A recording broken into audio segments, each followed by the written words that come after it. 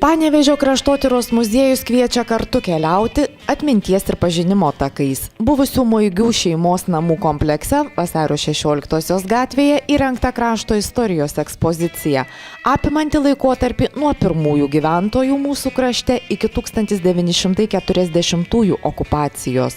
Čia taip pat veikia sakralinės medžio skulptūros ekspozicija Kryždirbystė Aukštaitijoje.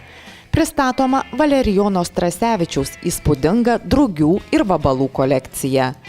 Autentiškoje vietoje, buvusiose Sąjūdžio Panevėžio grupės patalpose Respublikos gatvėje atidaryta pasipriešinimo sovietiniai okupacijai ir Sąjūdžio ekspozicija. Seniausiame Panevėžio pastate Kranto 21 ekspozicija Upytės bajorai nukelia į Lietuvos didžiosios kunigaikštystės laikus.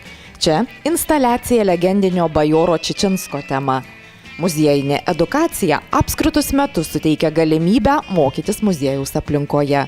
Muziejuje rengiami seminarai, parodų ir knygų pristatymai, susitikimai, miesto visuomenė kviečiama į koncertus ir šventes.